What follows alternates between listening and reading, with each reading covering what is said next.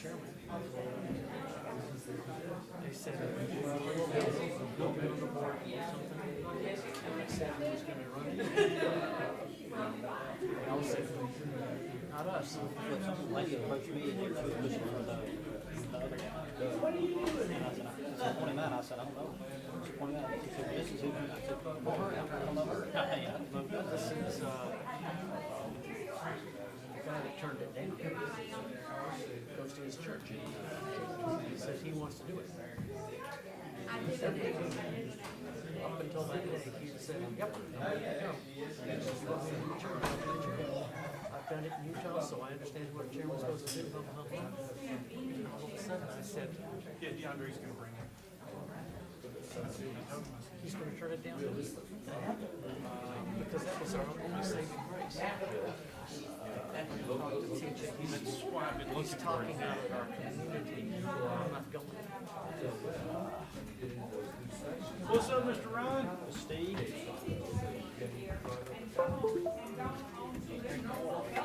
You ain't drinking the water, are you? Yeah, he passed that on to me. Drinking that water, I drank that water, now I'm in the, and he's getting ready to have stomach surgery also. I've been putting mine off for a while. I said, So, got too much going on. so, yeah.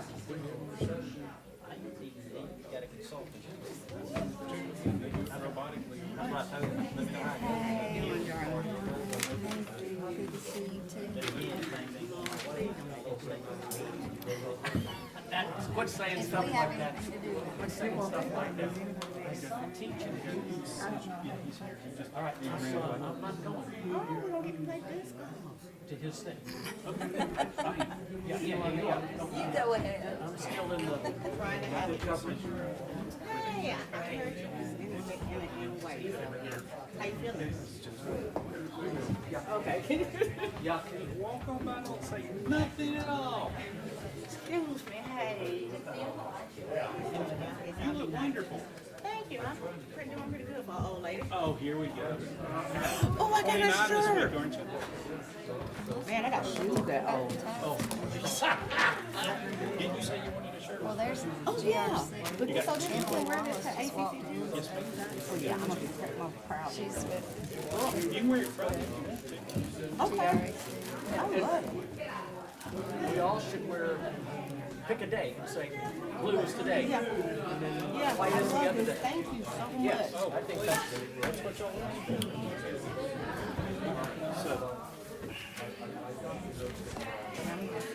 A lot of sunsets.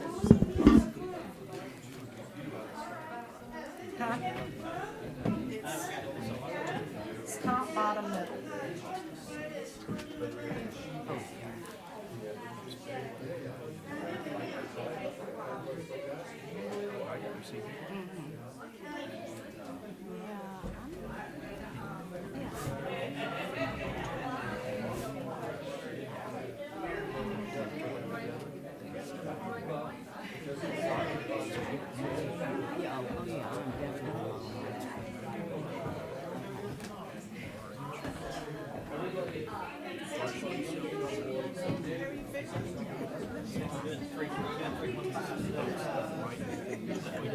Yeah, that's the other one.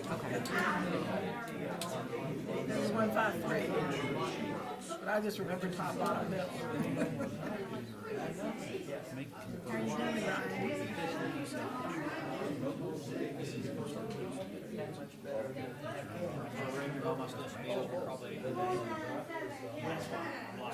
That is awesome.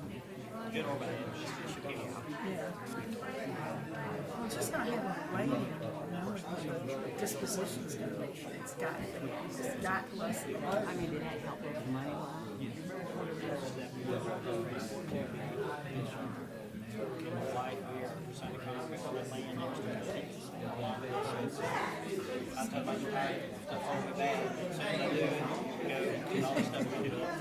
I've heard good things.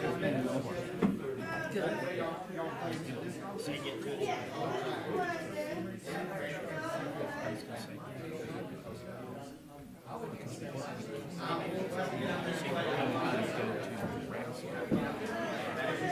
No.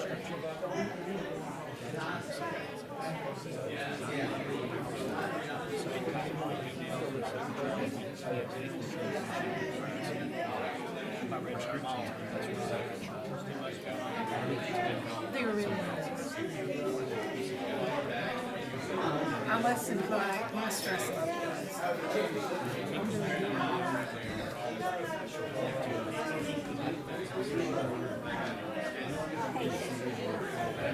I'm okay. How are you?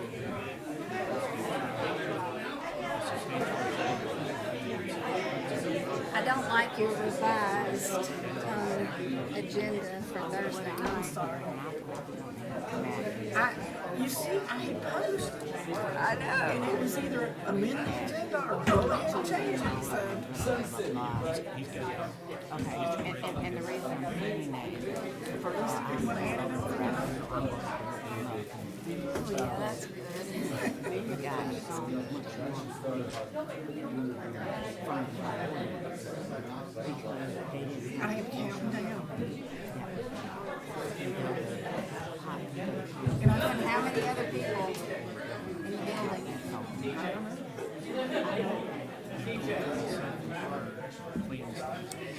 I'm hoping that we're done with the workshop. By, Again? 3:30, is that? How are you? I'm saying what you mean by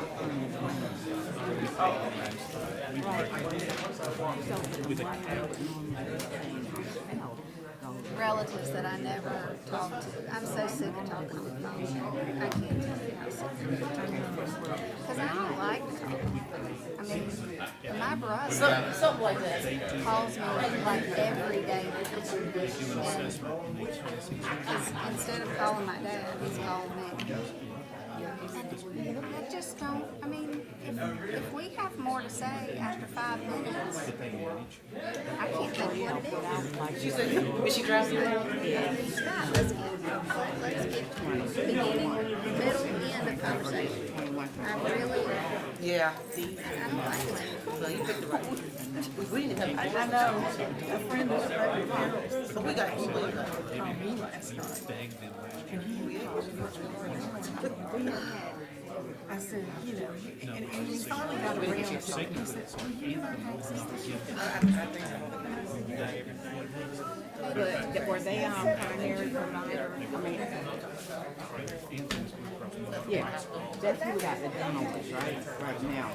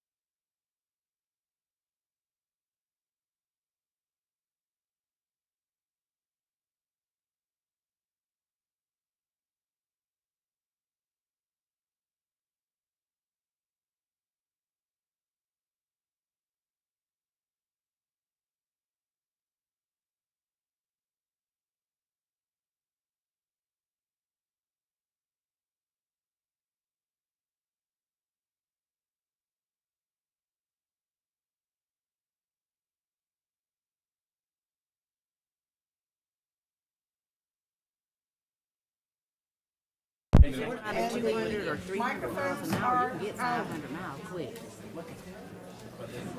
But it is just so exciting.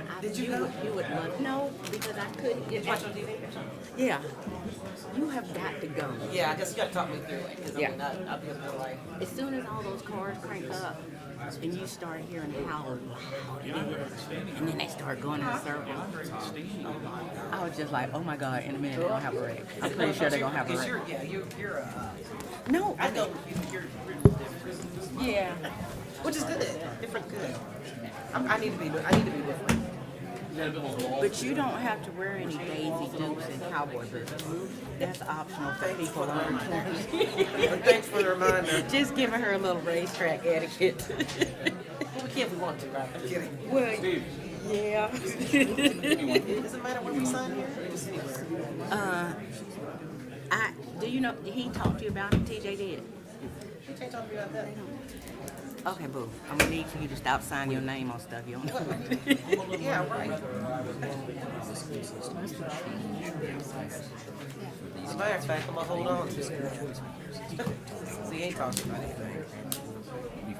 Just like they did in New Orleans, just like they did in DC. So I'm completely up so much exactly what Kind of inner city, to like some of the best in the country. And it costs taxpayers. Yes. People that actually don't gain. Other But than the that, children who are in the public schools lose those funds for those programs because their numbers. only 90% of the money goes with the students. So the actual per dollar amount for the students that stay is the same. But let's say the students transfer out, right? That means they need all more buildings. Right. Half the number of instructors, their costs go down. All those buildings, they then lease out, just like the county does for these jobs. And then so it's actually not just 90% leaving, you know what I'm saying? And so we get to keep that extra 10. But making all this extra revenue, so the amount per money per student that they have goes up to 20, 30, 40%. You know what? I hear what you're saying, and I really do. I'm not opposed to that. That's different from state, but Yeah, I'm not opposed to that.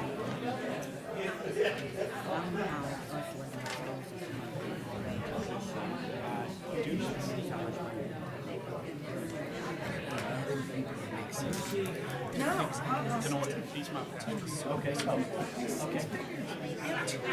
And that's very unusual. and I disagree with that, but I also disagree because The pastor who was gonna talk is not here. yeah, sure. Well, hey, You're ready. yeah. All right, here we go.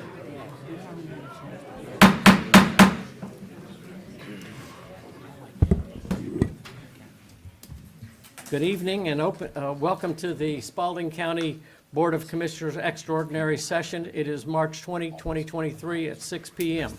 This time I'd like to request that you silence your cell phones and all other electronic devices. I would like to ask Commissioner Dutton to lead us in the invocation and Commissioner Rita Johnson to lead us in the pledge to the flag. Please stand with me. Join me in prayer. Our most kind and gracious Heavenly Father, Father, we humbly come before you tonight as public servants and citizens of Spalding County. Father, we thank thee for the opportunity we have here in this life to live in this wonderful community, to see this community bounce back from the struggles that it's had, to come together as one and face our challenges together. Father, please bless us with that spirit of unity going forward, that we can acknowledge where we disagree, but focus on where we do agree and where we do excel. Father, please help us to know thy will in our lives, both privately and publicly, so that we can reflect that both at home and here in this meeting. Father, we ask thy spirit to be with our first responders, emergency personnel, law enforcement, military personnel, and leaders at the statewide and federal level, that they will too be guided by thy hand and by thy spirit. Father, we humbly ask these things and anything else thou knowest that we stand in need of. Humbly in the name of our Lord and Savior, Jesus Christ. Amen. Amen. If you would please face the flag and I lead in the pledge. I pledge allegiance to the flag of the United States of America and to the republic for which it stands, one nation, under God, indivisible, with liberty and justice for all. Thank you.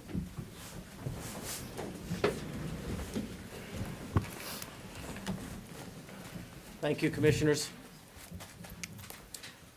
For those of you that have not been here before, you'll see exactly what's on our screens in front of us. This is part of making sure that everybody sees what we see. So if you can't see, if you didn't get an agenda, if you'll just follow along with the screen, you'll be able to keep up with where we are. Item number 4, presentation of financial statement. Consider approval of the financial statement for the period ending February 28, 2023. Ms. Garrison. I'll be happy to answer any questions you might have. I don't have any, Mr. Chairman. Hey, Jenna. All right, do I have a motion to approve? Motion to approve. Do I have a second? Second. I have a motion and a second. Any more discussion? All those in favor, please signify by raising your hand. 5-0. Thank you, Ms. Jenna. Item number 5, presentation and proclamation. Spalding County Parks and Leisure Service recommends that the Board of Commissioners recognize Griffin Daybreak Rotary Club for their donation of disc golf basket flag markers for all the county's disc golf baskets and disc golf starter kits to the Griffin Area Resource Center. Thank you, Mr. Chairman. I will be introducing to you tonight the president of the Spalding County Daybreak Rotary Club, Mr. Connor West, and also accepting a portion of this evening's donation is the director of the Griffin Area Resource Center, Ms. Laura Wallace.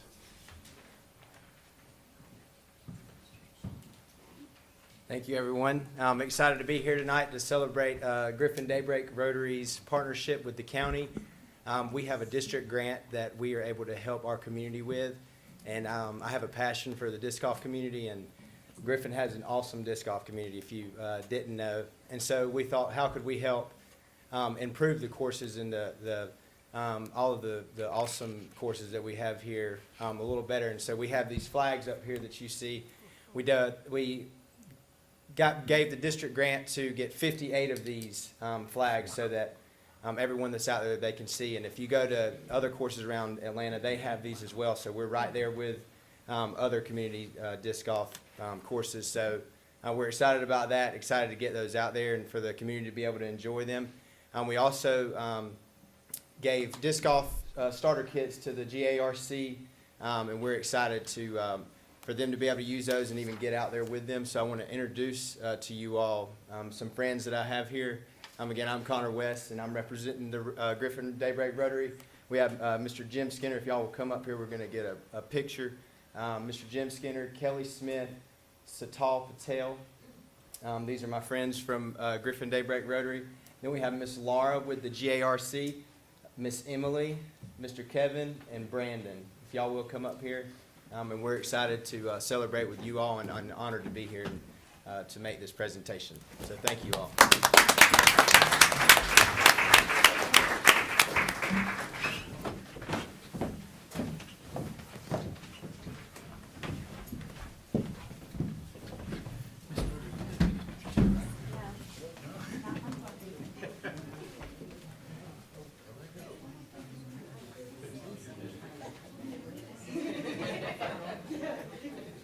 Although you may think this is a wide angle lens, we're going to have to get in here a little tighter to be able to do this on. Make this happen.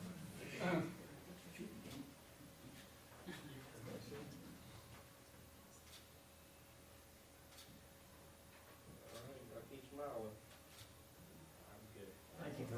Thank you all. We truly appreciate it.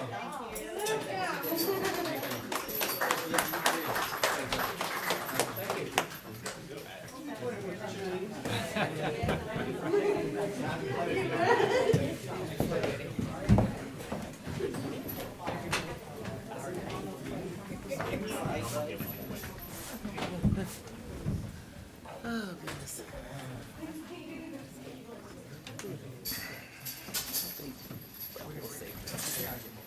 Thanks, Leisure Services. Thank you all for taking that away.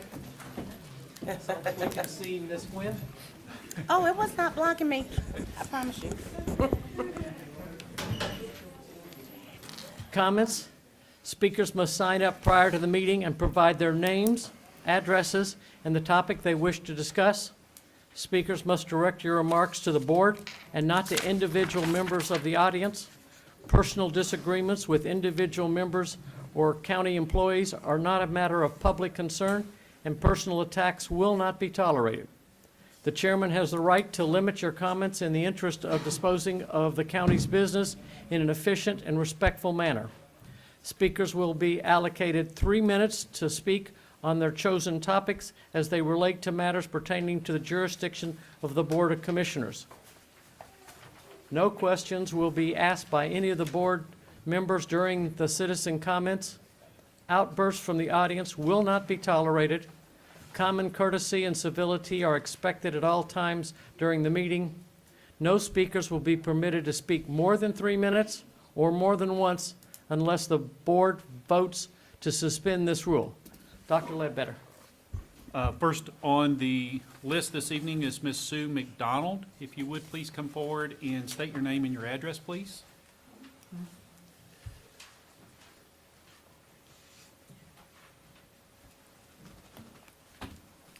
Good afternoon, Dr. Ledbetter, Mr. Davis, Chair, and the rest of the commissioners. Good afternoon.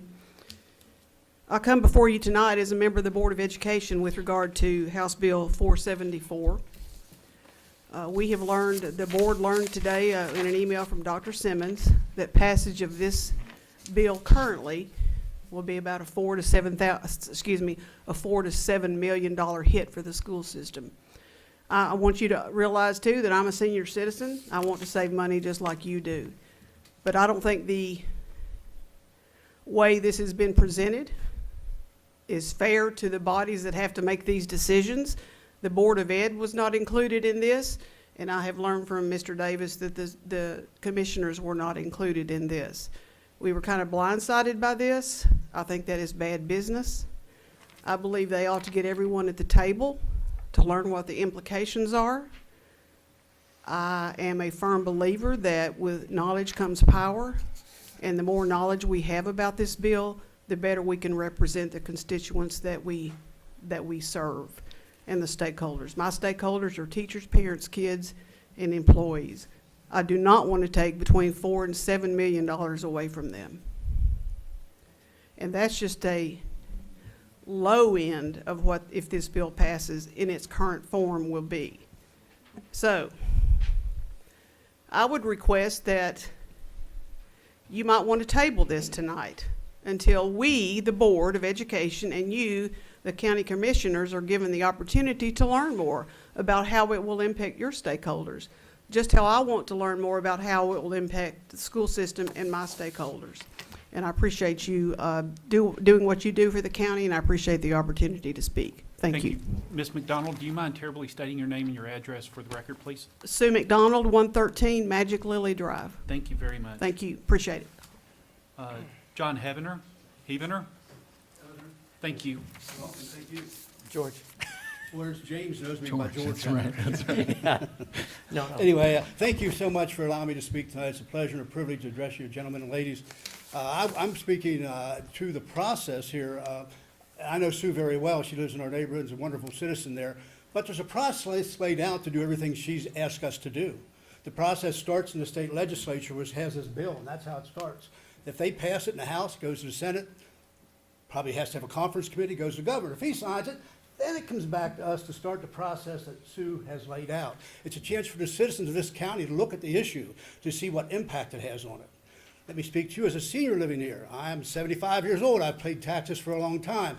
I'm also a product of public schools and public colleges, so I know what a public education's value is. It's very valuable. It's very necessary. I also know what fairness and equity are. The current tax structure in this county is not fair to its senior citizens. Look at surrounding counties. Their rates are much lower than ours. It goes from a 0 to people over 65 to where we're at, which is a pittance. I got another little pittance this year because I turned 75. I was so happy about it. But it's still not fair to me compared to residents of surrounding counties. Just for your impact, just to give you an example, since 2000 to 2022, the buying power of people on Social Security decreased 40%. Think about that. 40% decrease in my buying power of what I got from Social Security. My other retirements have also been equally hit. It's hard. And yet I'm asked to step up and pay a level of taxes which is unimaginable in this part of the state. Unfair to the seniors in this part of the state. And they say, how about the students? I believe when you have to look at things in a fair manner, that you can make those decisions. So what I want to reiterate is I hope you'll indeed endorse the legislation tonight that's been offered by representatives from this county, and let it go through the process. To stop it tonight stops that process of discussion. It doesn't enhance it. It doesn't allow it. It stops it. So truthfully, our legislature can ignore you. I don't think they will. You all are got good minds, and you represent the people of this county very well. So I'm hoping you'll allow the process to go forward tonight, vote to endorse it, and vote to put it before the people of this county. And I thank you for your time, and I thank you for the work you do for all of us. Thank you, John. Larry Epps.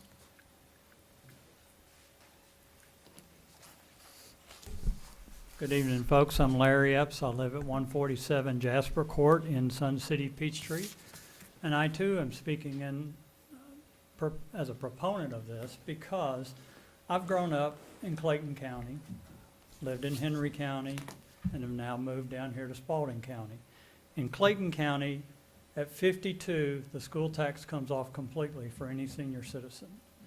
In Henry County, it couldn't do that quite that way because it would have been too big a hit to the county. So what they did is they modified, and they said, okay, we'll start taking some off at 62, and some came off every year until you turned 65, and then it was, the school tax was completely removed, so you were paying about a half of whatever you were paying prior to that. So I know that that's how other counties have done it, and they took hits too, and what some of them have done is they've set up a SPLOS education penny tax to help raise back some of that money, and that would be something that Spalding County could look at too.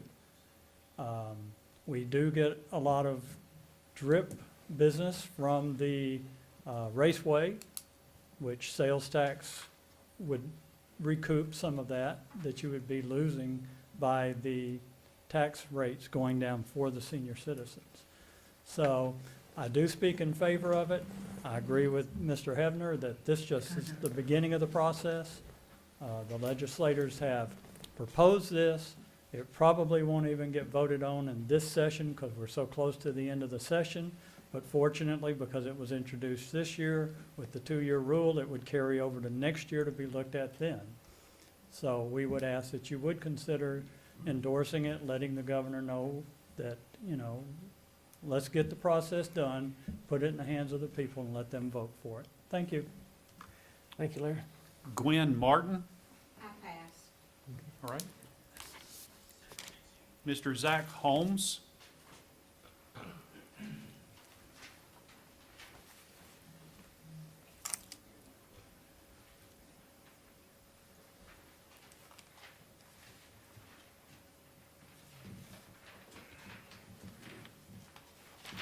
Good afternoon. My name is Zachary Holmes, 357 Moreland Road. Thank you, Mr. Ledbetter, for extending that courtesy. I want to speak as a citizen, not as a Board of Education member. As a citizen that owns multiple property, I pay taxes pretty hefty. Let me remind you of our oath and obligations as some of us are the haves and some are the have-nots. In biblical times, people, when they got rid of property and homes, they brought it to the apostles and laid it at their feet for that to be distributed for the needy. Now, you've heard about surrounding counties that don't do or have eliminated You've heard Clayton, you've heard Henry. We are nowhere near Clayton and Henry are as far as industry and tax abatement from businesses. Looking and knowing the financial standing of our school system, I grew up here. I'm not a transplant.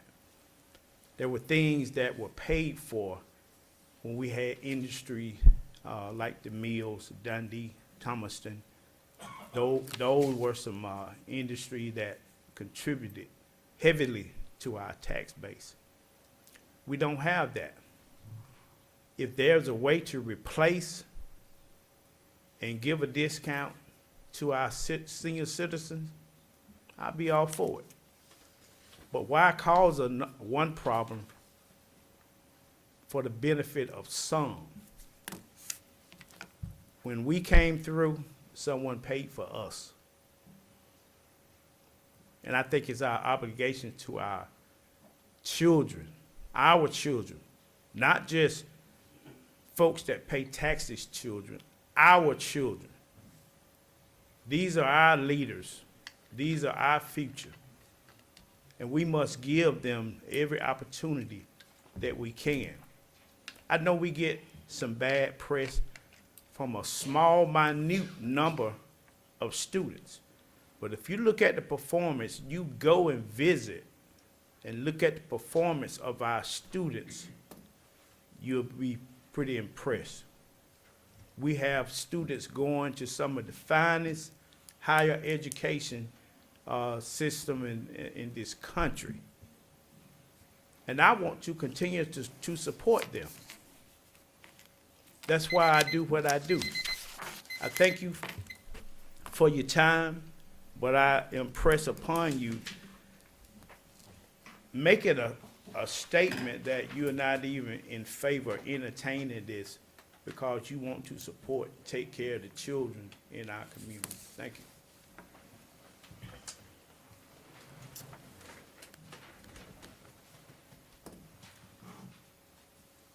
Is that it? Thank you all. Item number 7, consider approval of the minutes of the Spalding County Board of Commissioners regular meeting on March 6, 2023. Do I have a motion to approve? So moved. Second. I have a motion and a second. Any more discussion?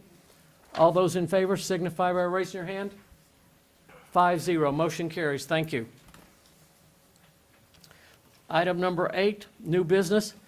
Consider request from Chairman Clay Davis for the Spalding County to donate $75,000 of the funds received from the opioid class action lawsuit settlement to Spalding County Community Service Board for the work the clinicians for CSB performed in response to our drug addiction. Dr. Ledbetter?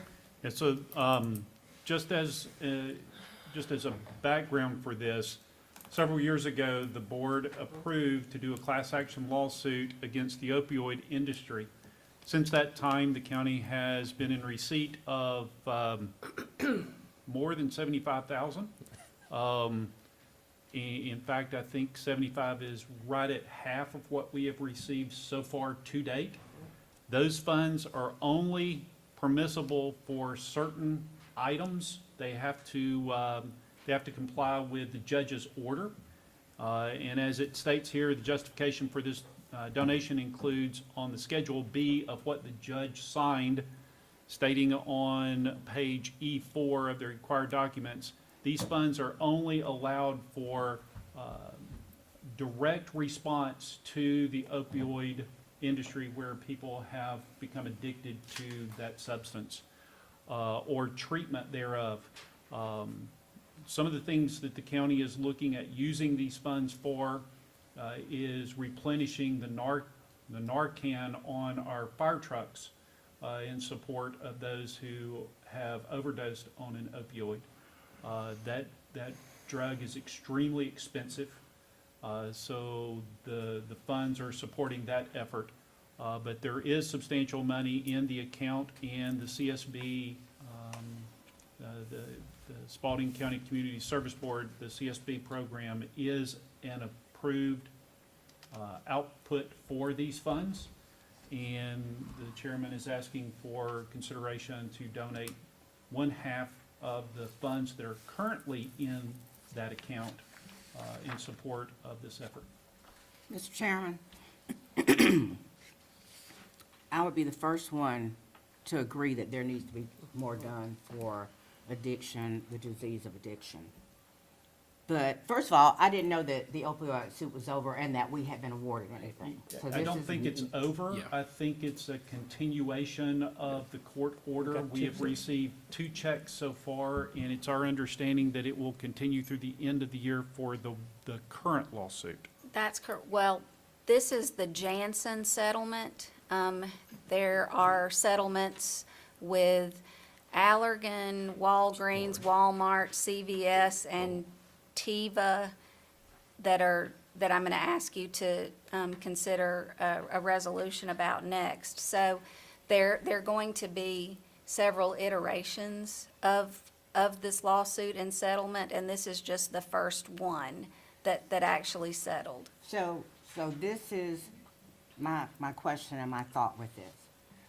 We don't really know what the total sum is going to be in terms of what it is we're getting for this. There are multiple agencies within this community that work with drug addiction. There are addiction programs, there's the AA, there's the NA. I don't think it's fair for us to donate these funds to Community Service Board because they are a state-funded board. And according to the legislation from last year and the legislation this year, there's supposed to be more funding for actual clinical care. So, you know, we have Midway Recovery here, we have Pinewood, I think it's Pinewood's out in the industrial Pinewood park. works for CSB. There are multiple agencies within this community that could use some of these funds. And I think we need to offer them the opportunity, just like the CSB people are, to give us a proposal for what it is they can use that money for. And I you know, I know you sit on the CSB board, that I'm not comfortable passing that money to them at this time because their history with managing money has been so awful. Okay, I got a question on that. So yeah, they have in the past, we know that, because I gave a donation too. But where are they now with this? I mean, I'm not saying that they don't deserve it, and I'm not saying that I'm not in favor of them getting it. But where are they now in the management, first off? And how do we actually come to choose them if there are other organizations that would also be as deserving? There may be, and I know I've donated to them as well, but is there a particular reason why this one was chosen? I know why I chose them, but in this situation. When I started looking around the county on what they could use, what the restrictions were for using money. This is, they had to treat opioid addiction, and it got to be a whole bunch of very small people. People were doing less and less that fit the cause of what the judge signed. And it ended up with really and truly, the other CSB, which is in our county, we have a little bit that you mentioned earlier, is an option to be able to do this. We've had this money now for a few months, and I wanted to get it out from our books to be able to say here, and then as we get the next checks in, decide on what we're going to do, but prime the pump and get it started to be able to do this. So the second round is, obviously, we would make another decision on where those funds would be going. It wouldn't necessarily be CSB. So, And we've also received more than we initially were told that we would in this first round of settlement, so much more, in fact, that I had to call and make sure that it wasn't in error. Wow. so all of that being said, we don't have any kind of strategy to disperse this money fairly, to even understand the organizations who have a need. Because multiple organizations apply to the hospital every year for senior care, senior daycare, addiction programs. So all I'm saying is I would feel much more comfortable, especially since there is other funding coming, for us to have a discussion about what kind of organization. I've never even seen the paper that gives you the requirements.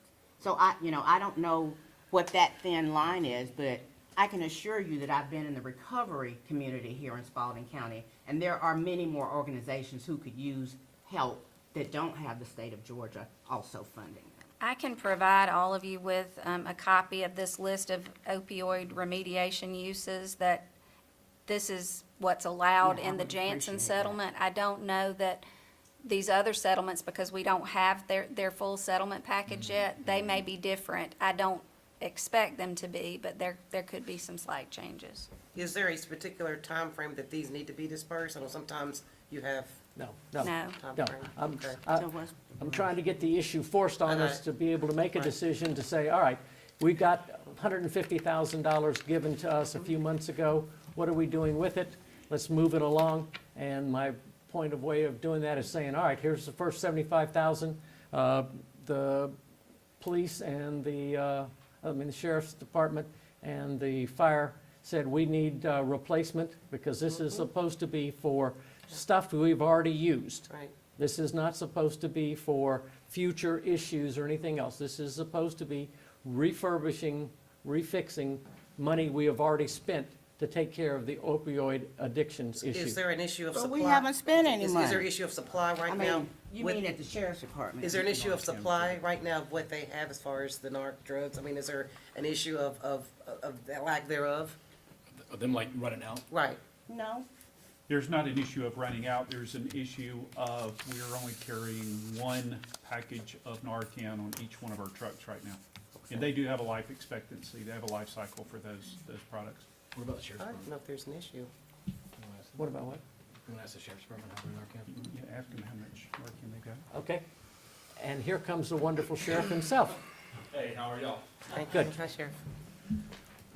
Oh, how much Narcan do we have on hand? Does every car have enough? Every Do you guys marked have unit, enough? every marked unit has at least one dose in it, but when we use a dose, it's usually we have to go out and we get a grant from a local pharmacy or something like that to try to replace that, and it's not a complete replacement. There is still some small cost that accompanies it, but we use it. I hate to say this about the opioid problem here. For a long time, it was a once every couple of month thing, but we usually multiple times every month now. And we have multiple saves from using Narcan for people that we come across. So, to address that, there needs to be an agency who is purchasing this in bulk. And there needs to be a place where when a deputy uses it on a trip or whatever, on a case, that they can come back and replenish, and there needs to be, hand-to-hand movement, or whether you wanted to keep it twice. But, and I don't have a problem with that, but it needs to be easily accessible to you, and then someone needs to make sure that the drug is not expired, that it's looking like it's supposed to look before you get it. Don't have a problem with that. That is us as county government. I do have a problem when we go outside of Spalding County and we start picking and choosing, not to be ugly, but picking and choosing who we want to provide with this. Let's find out what the real needs are in the community. Clearly, there is a need. We've already decided that the sheriff needs to have access to be able to get this. Ma'am, if there was any way we could put vending machines somewhere where people could get it for free, because it is such a great life-saving tool, because for those of you who don't know, if you have somebody who is in an opioid crisis or who has an opioid overdose, and you give them Narcan, it instantly counteracts the opioid that's in their system. If they don't have an opioid in their system and you give it to them, it doesn't do anything to them at all. It doesn't have any side effect or anything at all. So it's very valuable. Also, Sheriff, in my experience, based on how much drugs is in a person's system, you may have to use 2 ampules. Yes, ma'am. So really, you're not carrying enough in each vehicle because you may need that. So, which goes back to my point. Instead of us going and purchasing it, we need to have it purchased wholesale, kept in a place where they have access to it 24 hours a day. And then you know that, okay, we're down to 25. I need to order 100 more. Instead of us, it's medicine. You have to try to get it in bulk. So, I even carry it in my vehicle. Yeah. I have it with me. One of the first abatement strategies that is included in this list of approved uses is to increase distribution to individuals who are uninsured or whose insurance does not cover the needed service, and that is specifically for Narcan.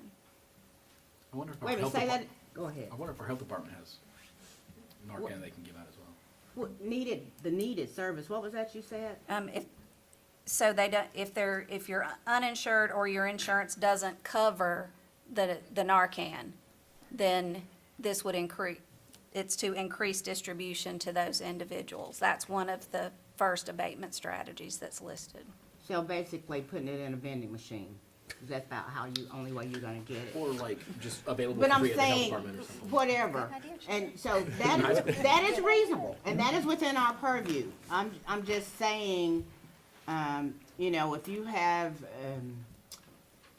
what is it, when you come out of treatment and you have to go to. Rehab? Rehab.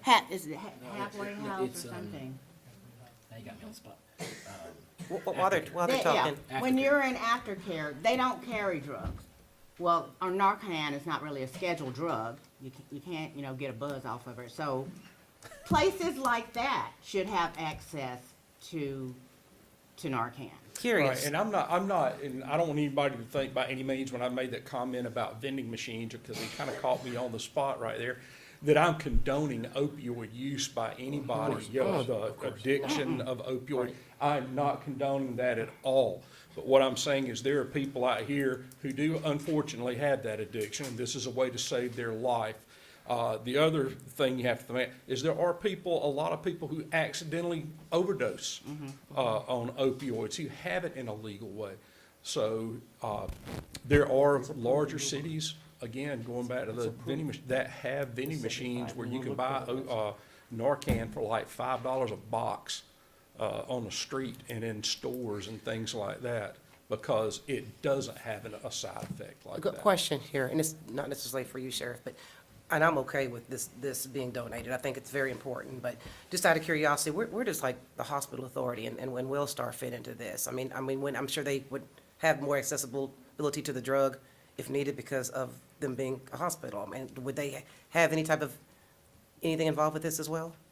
So you buy the Narcan from probably the wholesaler for $1, and then when you get it in an ambulance or at the hospital, it's $200. Aspirin, Same thing with 10 aspirin and cents, everything. you Yeah, pay $10 for it. Right. So yeah, Yeah. it's there, but, you know, you still gotta get Cost. put in the It's cost. hospital to be able to access it. Okay. So, I'm okay with it. But, so if this isn't all of our money that can go towards this. We're gonna get more money that's gonna go towards this. This isn't even all the money that we have to date. This is Correct. just, hey, we're gonna use this Let's chunk get of the it to go process towards started. this. We still are gonna have other, and we still are gonna get more that can go to all the other things, right? Yes, yes. okay, so what is it that the CSB Is gonna do it. what are they gonna do? See, this is the issue of treated people. This money is supposed to go to give money back to those who have already used it to treat people. This is not future stuff, really and truly. This is, the opioid lawsuit was about, yep, we got you addicted to it, we're going to give you money for Yeah, those, to the keep county you that, off it, all right. basically. So we, the county, CSB inside of our county, headquartered here, has been treating people with opioid addiction, and this is to feed back dollars to them for the treatment that they gave out. This isn't something in the future or anything else. This is, all right, who took care of most of our people that had addiction caused by opioids? Now, if I'm not saying that right, It can be for future as well. It includes many, many things, to include training, all kinds of different areas of prevention. But it is, it can be used as a reimbursement as well. I just stand on, you can call for the question, but I just stand on the fact that we are haphazardly distributing this money without a plan. And whether you're gonna get it a little at a time or a lot at a time, there needs to be a strategic way that we want to approach this. Because what you do for one, you need to do for the next one that comes, and you don't have any criteria set for what it is, other than what it is they say you can spend it on. Regardless of your decision, since there's still more money, I will provide you all with that list of opioid remediation you. uses. And when these new settlements are finalized, I'll provide those if they're different. Okay? How many have been settled so far? I know that the biggest fines that have ever been levered in the Just history of ever. Jansen, Just, okay. yeah. I And you're would gonna- expect each judge to come up with their own criteria as opposed to copy and paste, wouldn't you? Well, they're going to be similar. Sure, Because they're based on what the drug companies have already agreed. So, okay. So this is, part of the settlement is this can only go, they're agreeing to pay if it only goes towards X, Y, Z. Right, that's right. So that's what we wanted her to send us. Yeah. I don't like to vote on stuff that I haven't seen, I don't even have the information on, so. That's true. So, we haven't seen the information, so, I mean, I hate to feel like we're tabling this, but I mean, should we take some time to kind of look at this to be clear, and then maybe vote it at the next meeting or something, to be fair? That's okay with me. We've got to get something started, the process. We're getting ready to get into a second lawsuit, which will bring more money in to be able to do something with it. And my way of trying to say, all right, let's get something started with it, is do this. We've had it for... We need to be careful when we use those phrases, we need to get something started. We're saying that a whole lot throughout this agenda and other things, we need to just kind of, instead of get things started, let's get the information submitted to us, so we can look at it in a timely manner, and then make our decision, instead of kind of being fed like that. Because I feel like some of the items on this agenda, that's what's being done here. So let's just kind of step back for a second, send the information to all of us, let's look at it, make a decision, and come back together and do that. Do we have a motion? Whatever we do, like, just understand that these giant multinational, multi-billion, if not trillion-dollar companies are settling which is an admission that they did something wrong. Absolutely. These companies purposefully created their drugs to be as addictive as possible in a way to purposefully get people addicted to them. They had other drugs that are more effective and less addictive, and they sold us these and not those. And I can't tell you the number of people that have sat in my office, but it's in the hundreds that got a legitimate injury, got prescribed this for the pain, and it ruined their life. And the billions that these companies are going to pay out is a small fraction of the profit, not gross, but net profit that these companies raked in at our expense. So, That's truth. Motion to table I was gonna do the same.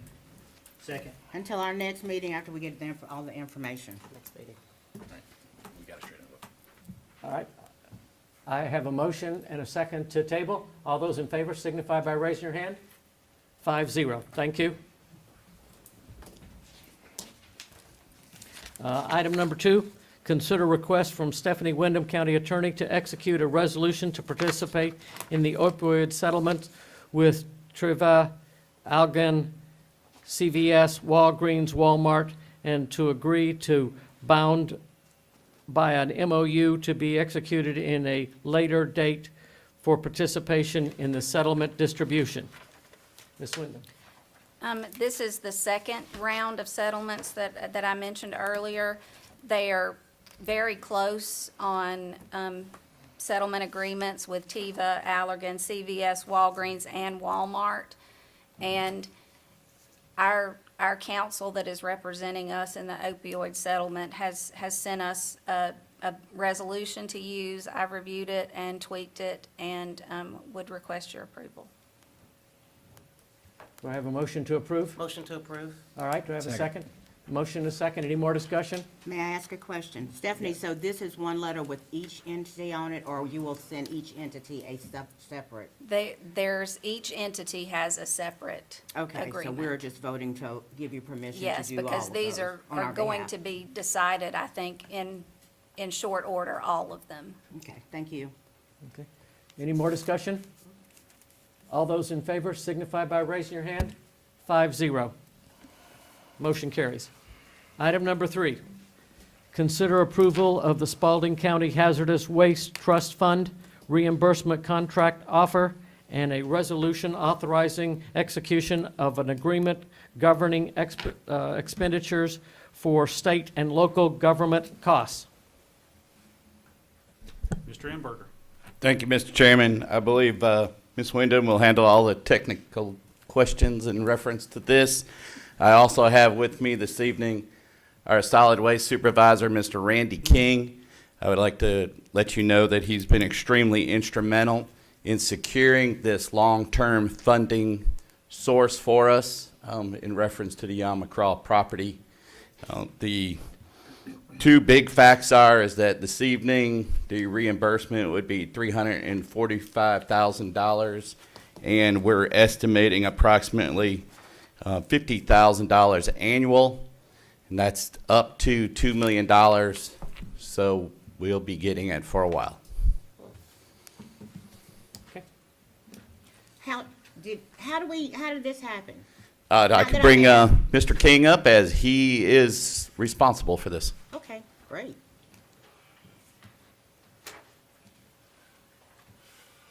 Good evening. Good evening.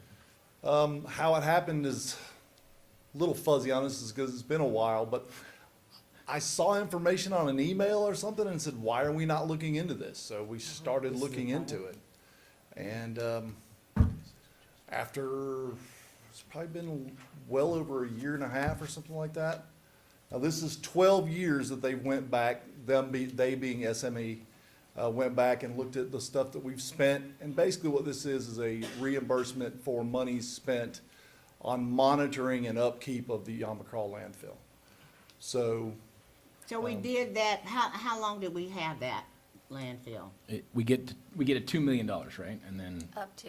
Up to $2 million $2 and, I mean, has it been 20 years? since it's the been closed? 80s, I was way before my time, and I'm 26 years in, so I believe that landfill opened in the 80s, if I remember correctly. 80, or it closed and became a closed site of somewhere around 84, I think. I'm So from spitballing that now. point on, we had to like do the Yes, ma'am. remediation, and so Yes. this is a possible reimbursement for that. They went back 12 years, yes, ma'am. 12 years from this year, so back to 2011.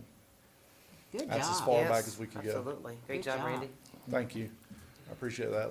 print And, shop plus bringing us in a bunch of grant money. What, is there anything you can't do? Look, this guy's awesome. We appreciate Can't it. retire. That's right, he can't retire. That's right.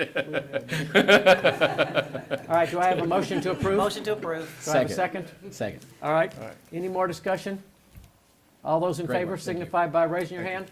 5-0. Thank you, Mr. King. Great job. Thank you. Item number 4, consider request from the Spalding County Pickleball Association for enhancements to the pickleball facility. The Pickleball Association has requested this item be withdrawn from consideration this evening. Moving on to item number 5, consider recommendation from the Park and Leisure Services Advisory Commission to allow the use of City Park for the Dock Holiday Festival.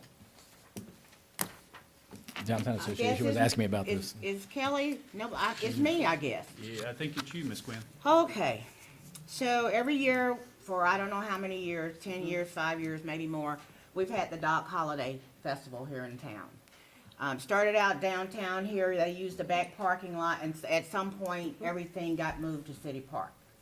I think we did, and maybe TJ knows, we put out, in the top field, we put, electrical outlets for these big RV things to be able to stay out in the park over the Dock Holiday thing. Plus, they have like hundreds of vendors that come that are in the park. Well, when we did our budget last year in July, we did not know that we were gonna have City Park this year. And so it was not budgeted, so there's not a penny assigned to cut grass, empty the trash can, pay the light bill, etc. So we were, when they came to us at Park and Rec and asked about it, we're in a dilemma because, okay, even if we just clean it up for one time for Dock Holiday, who's gonna do it? Who's gonna pay the cost of the electricity for some huge amount of power draining plug, TJ? What kind of plug is that they have out there? 50 amp plug. And so, you know, if we use it, that allow them to be there 2 days, we're gonna use all that electricity, the vendors, blah, blah, blah. Okay, so I've told them, we can't, at Park and Leisure Service, we can't spend money. Nobody said we could spend. So I asked, Cindy Jones from the chamber, who is the co-chair, if she would come to the meeting tonight, and I guess she could not make it, but my questions are, first of all, how much does it cost to provide electricity and water for those 2 days? Are they gonna be able to provide internet for them? Because we know there's no internet down on the other end. All of this, you know, what are we gonna do? I mean, it's a pretty big event for the community. You know, it meets all the economic stimulus stuff, people coming from out of town, blah, blah, blah, but I think it would be a real shame if we didn't do everything we can to support the Duck Holiday Festival. Like, So, let me ask you, I mean, what about GSBTA? I mean, as far as, I mean, it's the cost, I mean, wouldn't that fall in maybe underneath their umbrella? So GSBTA, they have, the chamber, or whoever it is, has a request into us for for cost for advertising. But, I think justification for paying in utility bills and hiring a grass cutting crew are probably not the thing that GSBTA should be paying for. So, they could just reimburse us for the bulk cost though, for doing it. Almost like giving us a grant to open the park up for this big event. You know what I mean? yeah, that probably won't go. I mean, you can always ask, but that's where we are. I wonder how much it would cost them to rent somewhere else to do it. And, yeah, and so my thing is that, would the city be willing to pay, offset the cost of the utilities that weekend? I mean, it's an That's even event. better. I mean, and that's why I needed her to come Right. here, because it's her event. She should be asking them, what can you provide us? What can downtown council help us with? Who can cut the grass? I think it's a great idea, like having them pay for, like, the utilities, us pay for, like, you know, having the sheriff's department out there, and then, like, maybe GSPDA paying for the grass to get cut for the event, you know what I'm saying? Like, then we've got all the different people that are frankly gonna benefit from the festival, like, and whose job it is to make sure that such things happen, like, paying a part of it in. I mean, we're not talking tens of thousands of dollars, we're talking, you know what I'm saying? Like, I mean, it's not nothing, but we're not talking $500,000 here, we're talking. Like, what are we talking, we think? What is, I mean, I don't know, you don't know, but I'm just a Well, ballpark of that. that's why I wanted her to come to But I the do meeting like the tonight. idea, though, of it being like a more of a collaboration with some Yeah. of the other players. But you it is know. not our event. It's not. So it's not till for we get the us to rest of go and ask the school system or the city, what can they provide to do it? I think we should do it, it's an economic stimulus, but we need to just stay in our lane. But on the other hand, I wanted to know from the city, what was the total income that they brought in from the rental of pavilions? Because right now, because we don't have a budget for that park, we're not renting a pavilion. So that's money we could be getting. But 7 pavilions out there, we're not doing anything. So, going So- back to your original question, is this something that we need to talk to the city about, or does Cindy need to talk to the city? I think they need to talk to the Okay. city. I mean, if she wanted us to allow them to be able to do it, but when we talked about in leisure services, there's a lot of cost associated with that for us that we had not budgeted for. And so if it is a community event, just because we are responsible for the park, you know, for the last 3 months, if they want it to happen, it needs to be a community effort and not just something that we're spearheading. Right. So, I think that even if the other organizations let us down when we ask them to pitch in, like most of them routinely do, when we ask them to pitch in for things. be nice. They, I just think it would be a shame for us to lose this event. So I'm in favor of helping the event any way we can. I agree with all the ideas that folks have had. Hey, let's try to, I think it's very Reach out to possible. I mean, partners, we're just, but- not to be premature here, but I know we're talking about splitting the cost with the fireworks, you know, for 4th of July. things like that, we know is very important, so this West City event get being along pretty well. just as important. I mean, I sit on the chamber board, I don't mind maybe just talking to Cindy, maybe having her bringing this to the city. I'll run past her. Yeah, I don't care what they do. Okay. I'll come out there and buy me something to eat if they're out there. I just Yeah. want to make Right. sure that what it is that the county is gonna be responsible Sure. for is what we say we're gonna be responsible for. And going forward, as a board, do we wanna look at what is the cost of us actually having TJ to at least make sure that the picnic area and the pavilion area is taken care of? Because it's April. Yeah, that's what I mean, I Well, mean, we we need to gotta have hold some, the rest what of are the the year. steps, what are the next steps? Right, but I'm It's ours to saying, take care of. during normally Easter, school getting out, from now all the way to October, those pavilions are usually rented.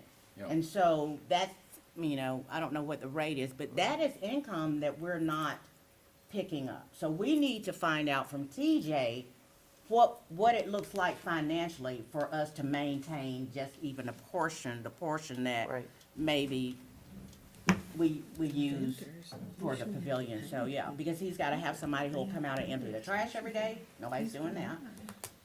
So, yeah, Most of that grass is the golf courses, which is still the city's. So right. We're just I talking mean, about like. yeah, the wherever, actual in the whole parking. playground area. So, yeah, I think we need some information from him in terms of how we can move forward. We could stand here today and say, yeah, start renting the pavilions. Yep. There's a lot more stuff, William Wilson, I know now, that goes along with saying renting the pavilion. There's a bunch of logistics, and he needs to bring that to Steve and y'all figure out. Who are we pinning the rose on? Are we pinning the rose on On Cindy? or- Cindy in the chamber, Yeah. and Will Doss. Right. Either one. All right. I just want her to hear the suggestions from us, is that there are some opportunities in the community to collaborate to make this And I can happen. talk to Cindy. All right, let's table that until we get the rest of the information. Okay. Do I have a motion to table? Motion to table. Second. All right, all those in favor signify by raising your hand. 5-0, motion's tabled. All right. Item number 6, consider approval of a lease purchase agreement with JCB Finance for a lease of a JCB 3CX backhoe loader for the Public Works Department. Mr. Imberger. Thank you. Thank you, Mr. Chairman. Last January in '22, you all approved a large equipment lease package with John Deere. The last piece of equipment to come in, or that we were waiting for, was a John Deere backhoe. When they received it at their facility, because of supply chain issues, it was completely wrong. They actually ordered the wrong thing.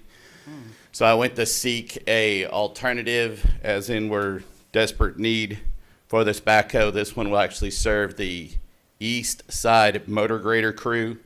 So JCB actually had one in stock. So this would replace that one, and it's actually $30 less per month.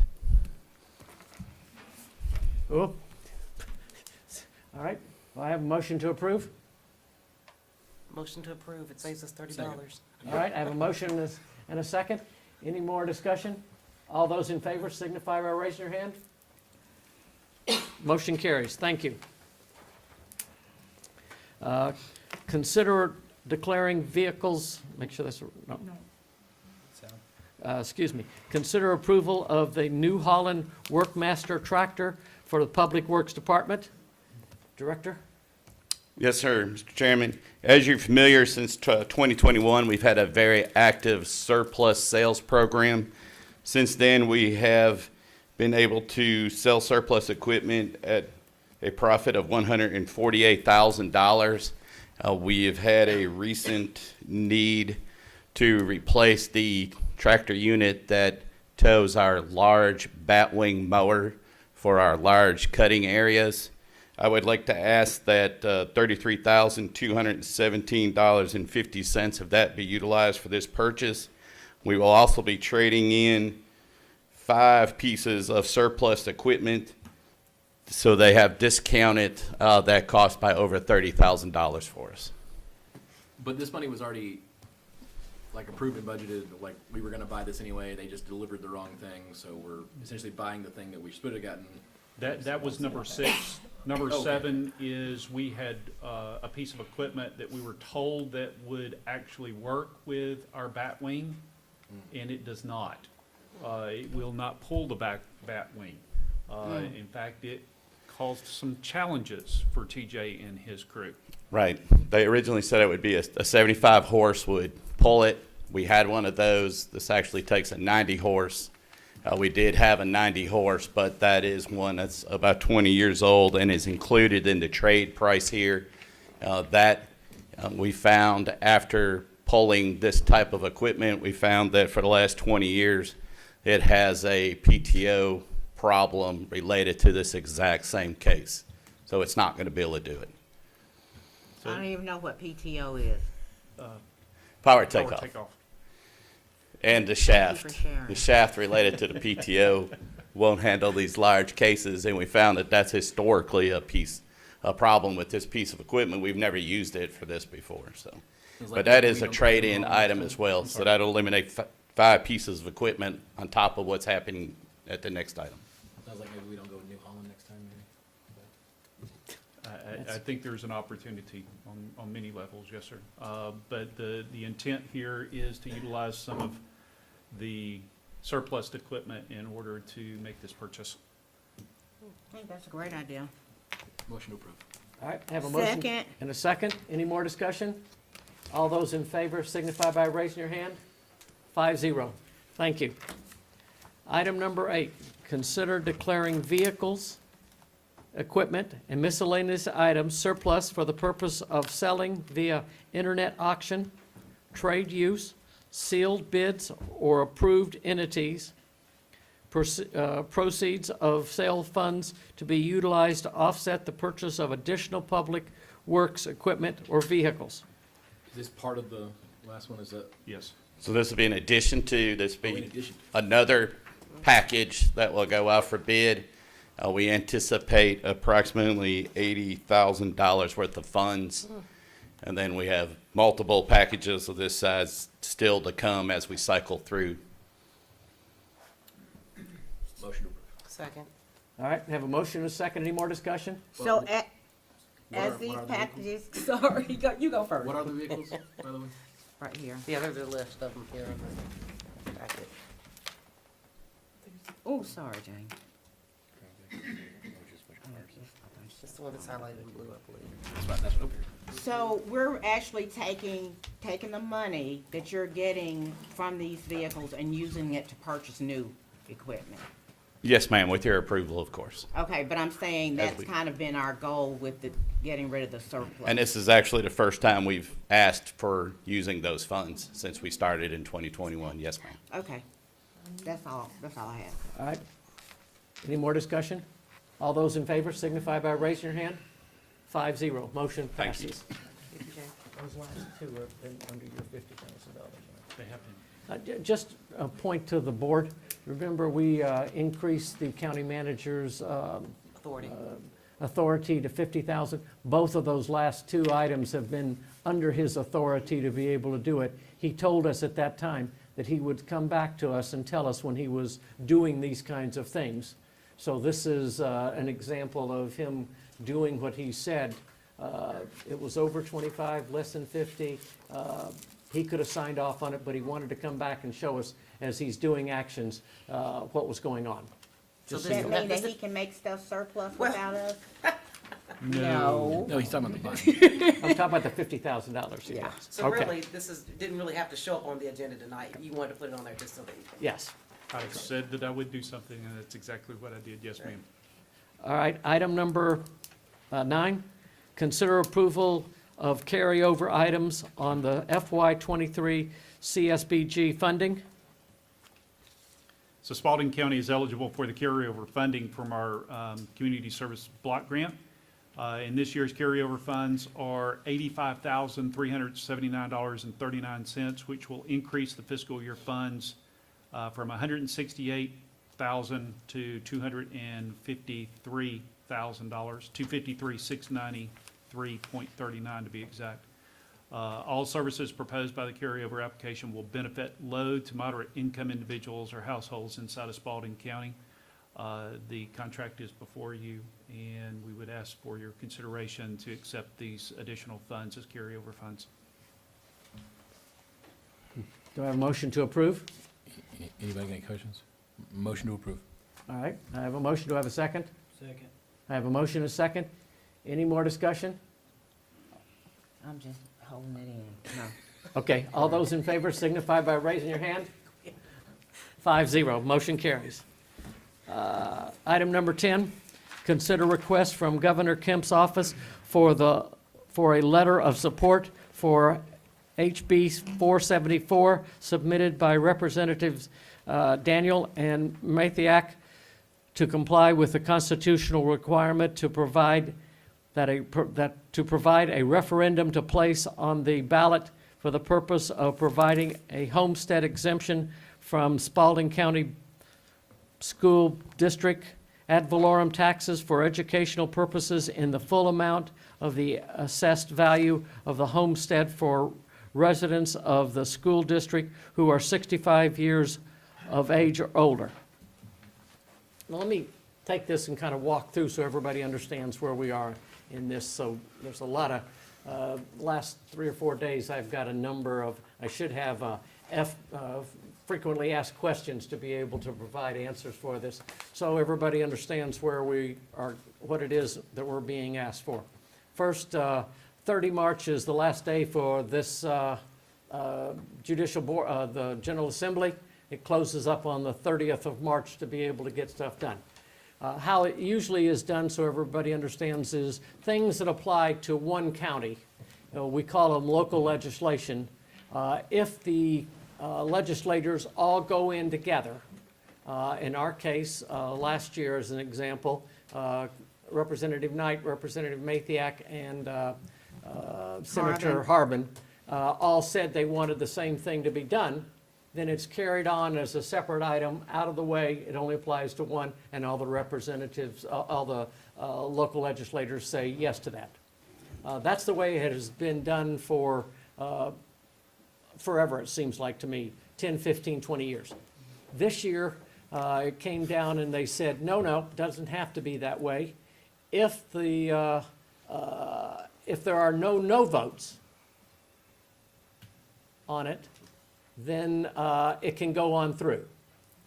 So, during the election period when Representative Knight was going through the northern part of our district, she had a number of sessions, and almost every one of those sessions, somebody came to her and said, we want to talk about school taxes for seniors. And they gave a lot of issues with what that meant and everything else. And in every one of them, there almost was a counterpoint that was made in each one of them to be able to do this with. On 22nd of February, Representative Daniel and Representative Mathiak put in House Bill 474 to request a number of things. The key parts of them was get it passed by the legislature and create a referendum that the citizens of this county would vote on in November of next year. So 18, 20 months from now, there would be a vote on are we going to do school taxes for seniors, and then it would start in January, 1 January of 2025. And you have to fill out some paperwork, and of course, inside of laws, it requires a number of things to be done. The election supervisor, tax collector, all those people all have to have something inside there to be able to do it. On 13 March, a person from the governor's office wrote and said, does the Board of Commissioners support this action? We just need an email back from you or something like that. Resolution would be fine, email would be fine, but something that says you support this resolution. The person thought that I would just simply respond back and say the board's position is, or yes, we're supporting it.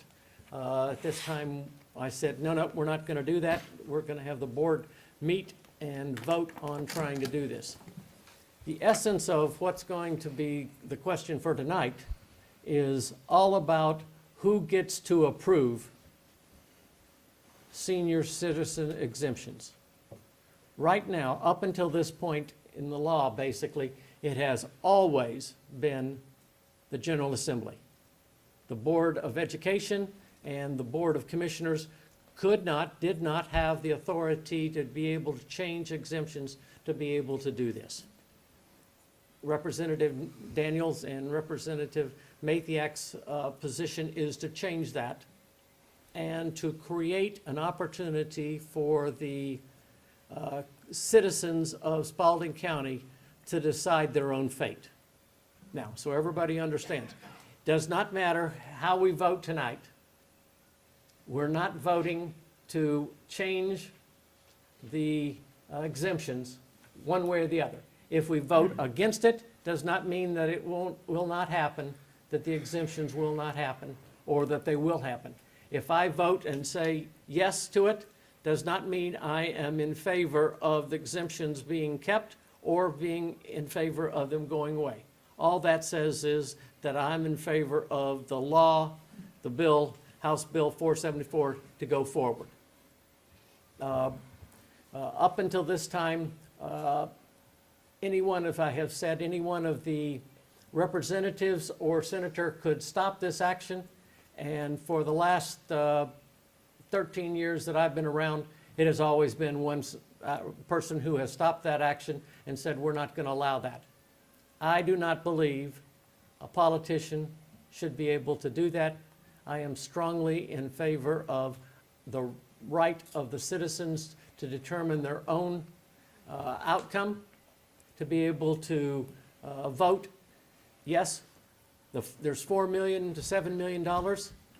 The citizens of Spalding County can decide if $4 million or $7 million is needed to go to continue on to the school or not.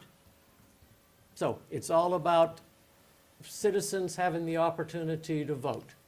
Now, what happens if we don't do anything before 30 March? I am concerned that this action, which is being handled in a local legislature action thing, will come apart. And we will not have an option to vote on it at all for another whole year to be able to do something about it.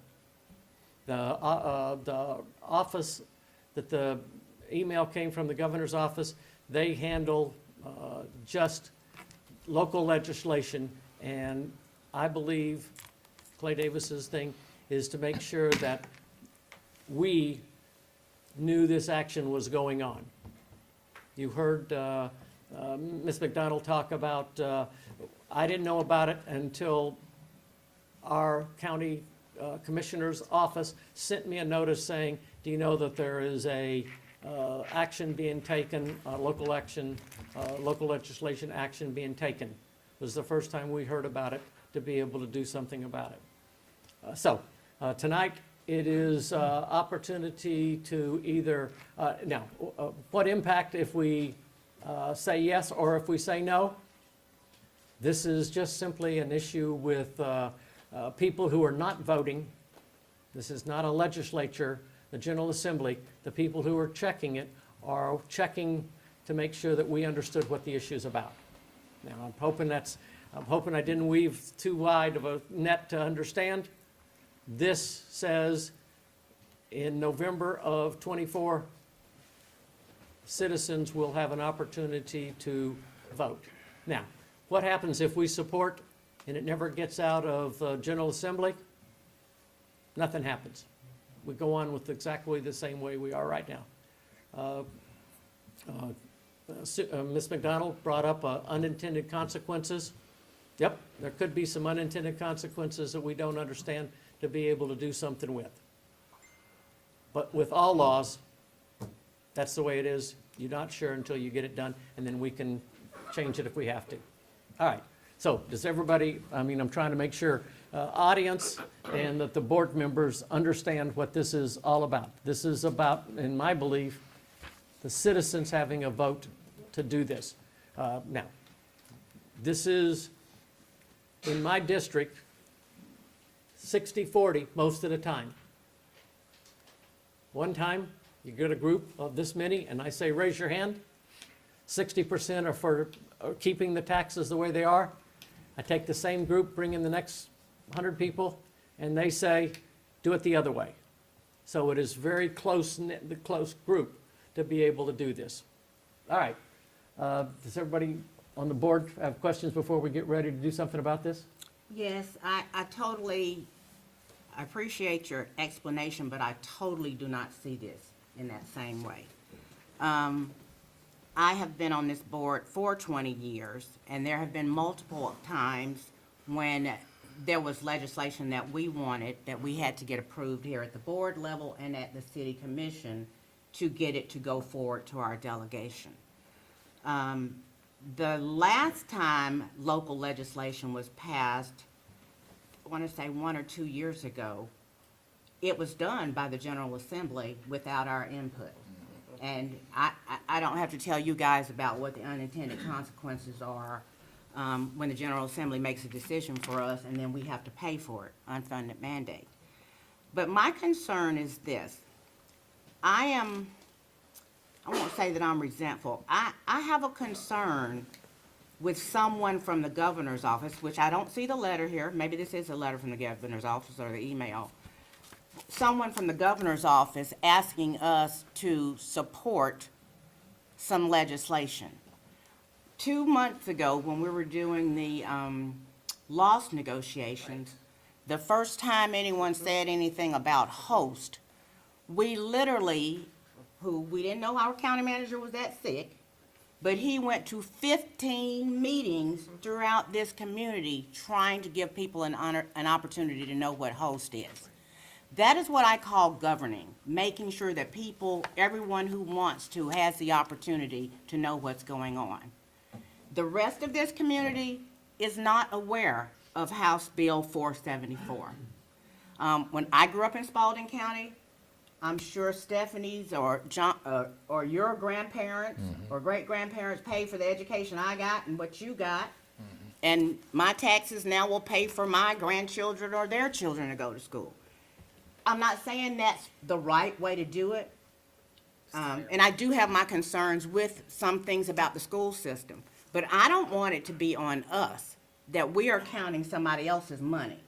Because if somebody was asking the school system to sign on to something that was going to deplete our coffers, I would be very upset about that. We just went through this with the lost, people stepping out of their lane, making comments that have nothing to do with them. I agree, I'm a senior. I'm over 65. I could get some money. But there needs to be order in what we do. I feel like we have left the public out. The legislators who put this forward didn't bother to communicate with the community, with the rest of the community, that this was going on. So that's a problem for me. And then the bigger problem is they wouldn't even be asking us for this letter if they had that third vote. So there's a reason, and no one has asked Representative Knight why he is not in support of this. And I don't know why he is, but what I do know is that the rest of the citizenry will have to bear the burden of that exception.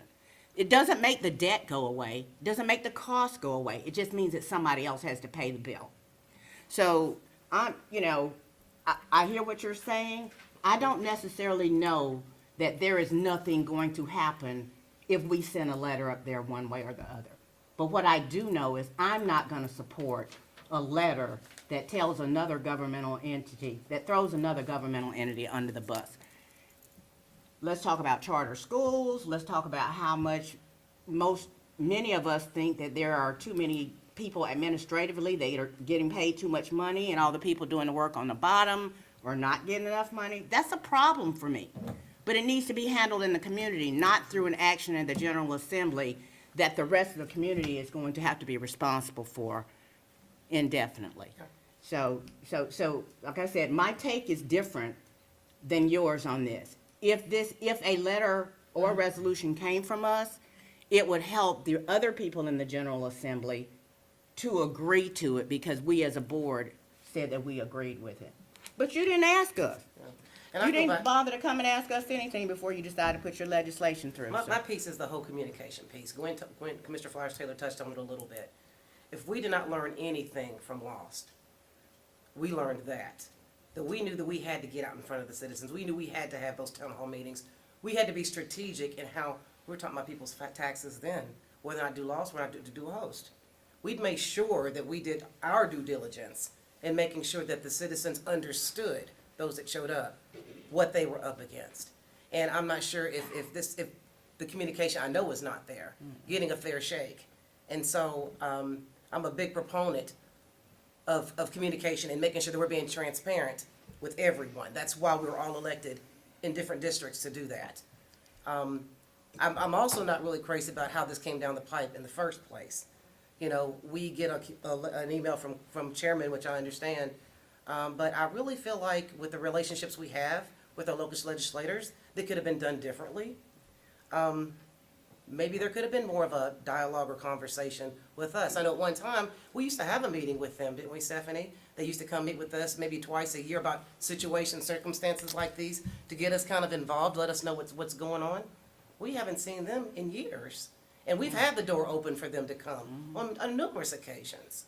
So once again, as I explained earlier before, I'm feeling a little rushed right now. I don't like that, especially when I feel like we're sliding things in when really we shouldn't be doing that, taking our time to kind of manifest this. I know time's of the essence, but that really has nothing to do with us, as far as I'm concerned. The communication piece came from them when it wasn't handled down correctly. If you want to have a meeting with us, to talk to us about it, to make us make that decision, if that's what we chose to do, then it should have been done. And as far as the Board of Education, you know, I hear what Ms. McDonald and Mr. Holmes, you know, are also saying, but at the end of the day, it just comes down from the communication we need to have with our constituents and everyone to know what's best for the whole group at large, the whole Spalding County at large.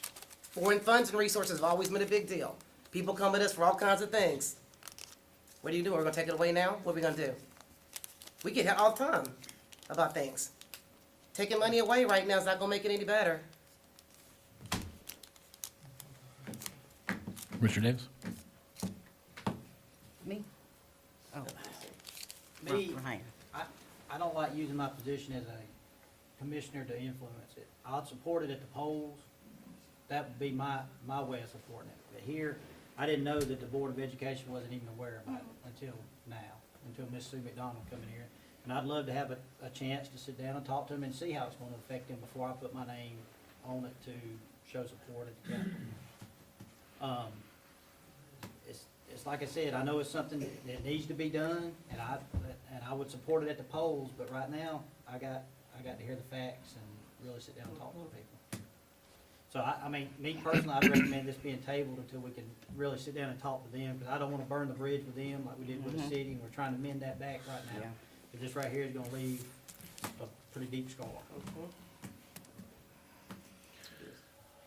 So, for me, what we're being asked to do is to see if the citizens of Spalding County should get a say in this. Our vote is not, should this pass or not pass. Our vote isn't, should seniors get a tax exemption, should the school board get less money. That's not what we're voting on tonight. That's not what this bill is about. This bill is about, should the citizens of Spalding County be able to have a referendum to decide for themselves. Now, we're not a democracy. We're a representative republic. They've elected the five of us to come in and make decisions like, should we mow the lawn for the Dock Holiday Festival? I mean, we can't have a referendum on all this kind of stuff. But this is a big, big, big deal. This is not something the five of us should decide. It's not something that the five members of the school board should decide. It's not even something that the governor and the legislature should decide. What this isn't any of those people making that decision. This is them saying, we're going to offer the opportunity for the citizens of Spalding County to decide for themselves whether the citizens of Spalding County directly want to make this decision or not. And to me, I'm not gonna say anything about the schools or the financing or, you know, I know that a lot have been said tonight about that. That's not what we're being asked to do tonight. We're not making judgment calls about anything. Our decision tonight is, do we think the citizens of Spalding County, are we in support of the state legislature allowing the citizens of Spalding County to make this decision for themselves? For me, it's, of course, it's a yes. It's an obvious yes. Now, how I will vote on that depends on all the information that will come out between this passing, or if it passes, and that referendum. Because there's a lot that has to, hey, look, I love you, Sun City, but if they're gonna raise my taxes $5,000, I you know, y'all get to keep playing your own part for me. But at the same time, that's a very different set of circumstances. That vote, what the referendum ends up being, that's not what we're being asked to do tonight.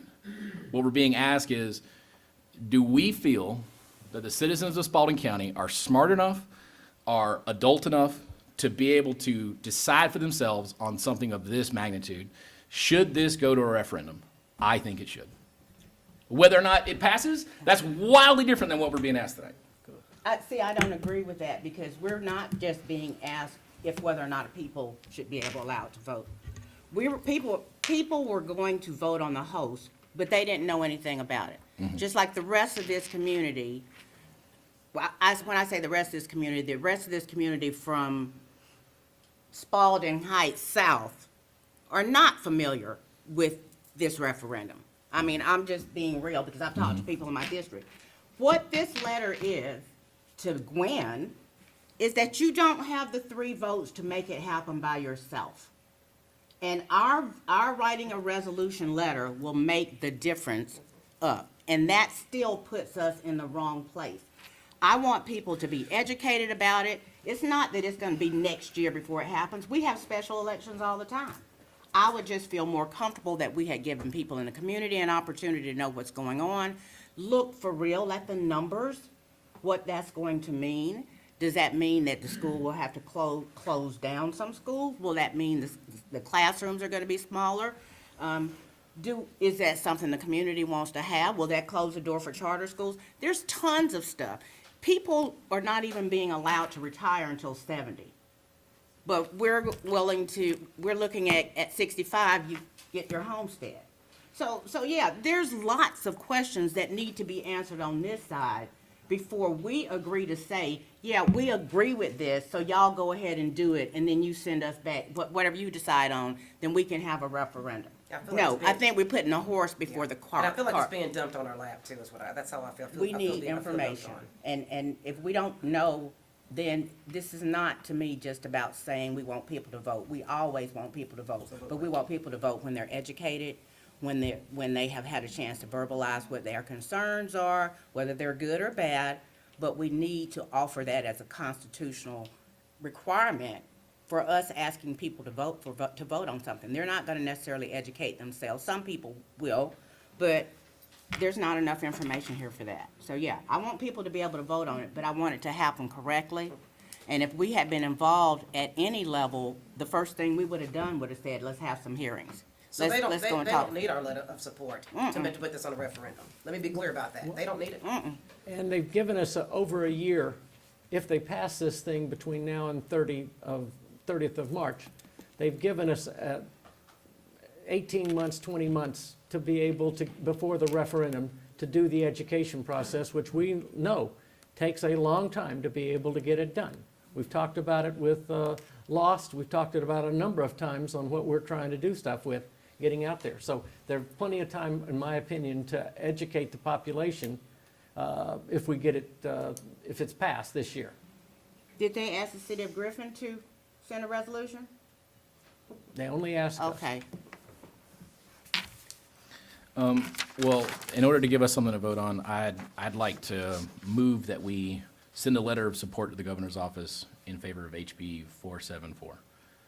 That's a motion that then we can vote on. And again, the intent there is to voice support for the people having the opportunity to have both the education campaign to see what the effects of this would be over the next almost year, and to then ultimately decide for themselves what should happen.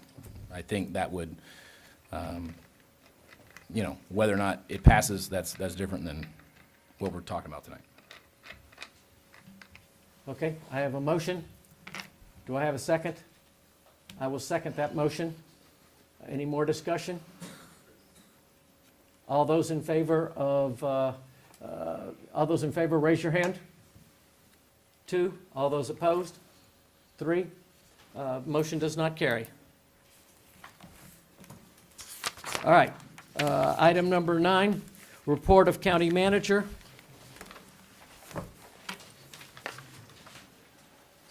you'll advance one more, please, ma'am. Thank you, Mr. Chairman. First up, Griffin Spalding residents have until Friday, March the 31st to place their storm debris on the rights of way for final pickup. That time is approaching very quickly. So please, if you have items that you would like to get picked up as far as debris is concerned, please place those items up close to the rights of way for the trucks to be able to pick those up. The emergency warning sirens, we have received a number of questions about the emergency warning sirens that we have in the county. The map that you see before you, the 6 sirens shown, and then the 4 stars. The 4 stars are 4 new sirens that we're looking to install here very quickly. Those come from a grant that was written several years ago, but was just approved here in the last few months. So just to give you an idea, the 6 sirens that we have, those sirens are placed at 5756 Noonan Road at the Blaylock Station, 765 Vaughn Road and at the Norton Fire Station, 4245 Old Atlanta Highway at Woodruff Fire Station, 1301 Cowan Road at Tyus Park, 4924 Old Atlanta Highway in Sunnyside, and 2972 Macon Road in Orchard Hill. The sirens that we currently have in place, and all the sirens across Georgia that are supported by our vendor, have a radius of about a mile that you can hear them. We are encouraging all of our citizens, please download the Civic Ready app for your smartphones. During the events that happened on January 12th, the tornadoes that came through, my wife was actually driving from Fayette County back into Spalding County. And she has downloaded the app, and the app worked quite well because it told her that there was a tornado warning that was in effect. And she shared with me that if she were even driving past the Blaylock Fire Station, she had the radio on, she was listening to the news channel, she may not have heard that siren go off while she was driving because the car is very quiet, and the newscast that was going on, she may not have heard it. But she did hear the app that went off because it sounded back through the stereo system. So please, if you have a smartphone, please download that app. All right? Also, Spalding County Board of Commissioners retreat will occur this Friday, March the 24th from 8 until 4. We will meet at the Fayetteville City Hall, 210 Stonewall Avenue West in Fayetteville, Georgia, for our offsite. We're looking forward to the time to spend with the commissioners. Finally, my update, Spalding County Animal Shelter. I want to give a huge shout out to the staff that are working down at the animal shelter. Mr. Tyler White reported this morning during our staff meeting that we are at 55% capacity. So we've been able to reduce the number of animals in the shelter through SPCA. They have supported our efforts with adoption programs over the last month. And kudos to the whole staff down there for really building up the relationships across the community to get rid of and adopt the animals that are coming out of the shelter. So kudos to them, and kudos to our court systems for adjudicating some of the cases for some of the animals that we had as a result of some of our dogfighting cases. Did we ask during the court case reimbursement for the Yes, ma'am. animals that we had to take care of over those couple of months' time? Yes, ma'am, we sure did. And did we get awarded? I can't answer that right this minute. I believe that part of the adjudication is still under review for the total amount that we've asked for.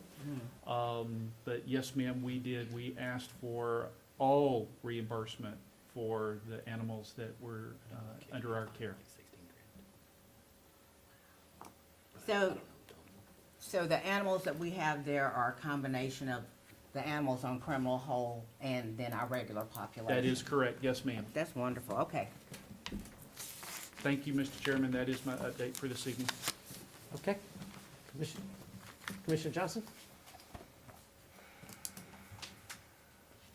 I'm just gonna say, I wanna say, congratulations to Dr. Ledbetter. He did an excellent job speaking at the Kiwanis meeting. I was invited to the luncheon. He gave a great, update, as far as, the county is concerned. Did a wonderful job, very informative. Thank you very much. Looked great. Thank you very much for that. I'm gonna save my other comments here. That's all I'm gonna say. Okey dokey. Where did it? All right. Commissioner Bolden? You said the FEMA is gonna be picking up through the 30th, The 31st. the 31st, okay? So they are gonna make an extra swipe on all these little dead-end streets and the dirt roads? and That is stuff? correct.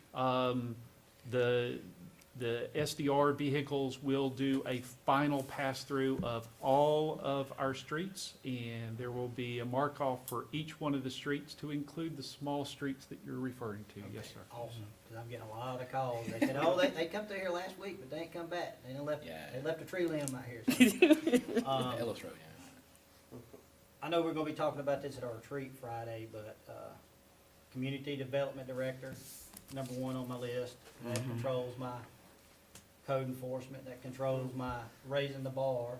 Because I honestly, there's a lot of this stuff comes into the planning and zoning and community development that we don't see, and I have to see it on Facebook.